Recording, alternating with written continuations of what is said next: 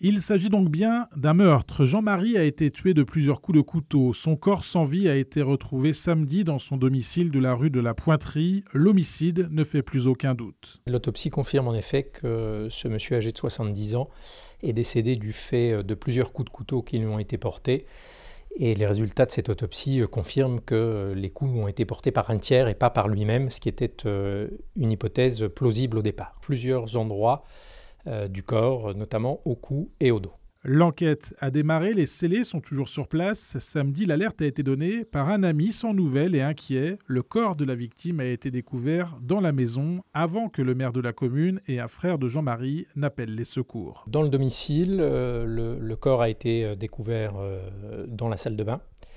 Et dans les autres pièces, aucune trace ne laisse à penser qu'il y a eu une lutte à l'intérieur ou que les auteurs aient fouillé les effets du défunt pour le voler. Aucune trace flagrante. Évidemment, les éléments de l'enquête devront déterminer ce qui s'est véritablement passé.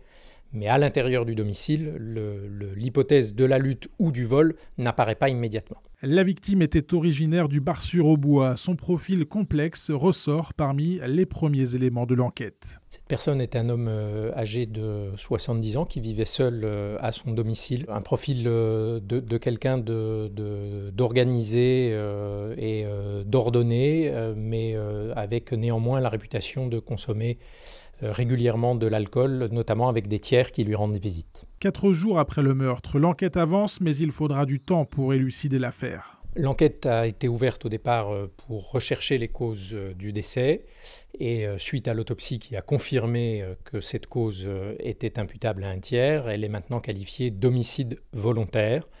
Elle est confiée en co-enquête à la brigade des recherches de Bar-sur-Aube et à la section de recherche de la gendarmerie basée à Reims. Je ne peux parler d'aucun élément de l'enquête et d'aucun indice qui a pu être retrouvé sur place. Ce sera une enquête longue et relativement fastidieuse, c'est une quasi-certitude.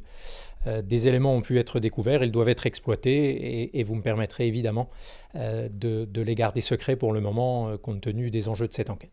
Aujourd'hui, les habitants de Longchamp-sur-Roujon et les proches de Jean-Marie attendent d'en savoir plus.